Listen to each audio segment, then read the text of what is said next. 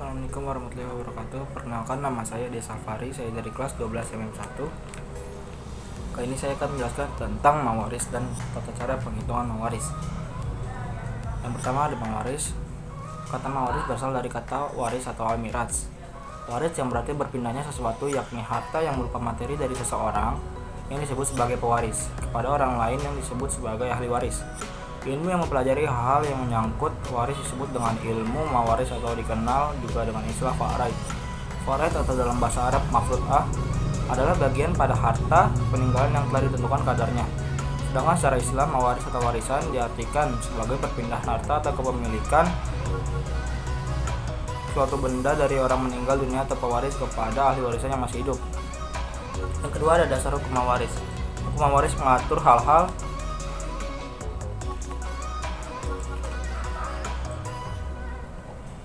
Yang kedua ada dasar hukum mawaris. Hukum mawaris mengatur hal yang menyangkut harta peninggalan atau warisan yang ditinggalkan oleh ahli waris atau orang yang meninggal.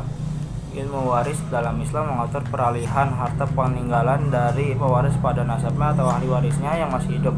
Adapun dasar-dasar hukum yang mengatur ilmu mawaris adalah sebagai berikut.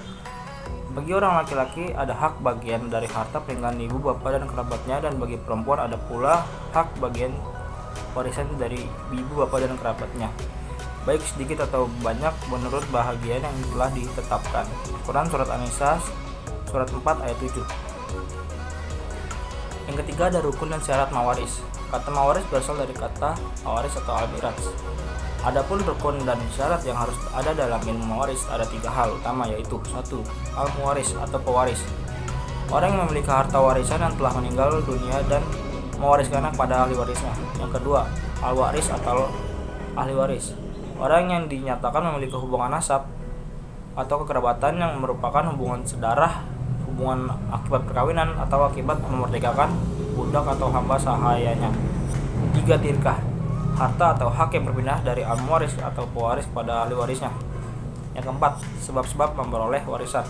1. Adanya hubungan kekerabatan atau hubungan nasab. Yang kedua, adanya hubungan pernikahan. Dan yang ketiga, karena wa'lah. Yang keempat, tata cara pembagian warisan. 1. Asal masalah, artinya bilangan terkecil yang darinya bisa didapatkan bagi secara benar. Yang kedua, ada durus. Secara bahasa ada durus berarti bilangan kepala. Asal masalah sebagaimana dijelaskan di atas ditetapkan dan digunakan apabila ahli warisnya terdiri dari ahli waris yang memiliki bagian pasti atau zawil furud. 3. Siham. Siham adalah nilai yang dihasilkan dari perkalian antara asal masalah dan bagian pasti seorang ahli waris zawil furud. 4. Majmu siham. Majmu siham adalah jumlah keseluruhan siham. Sekian penjelasan dari saya. Selanjutnya akan ada video animasi pembagian warisan. Terima kasih.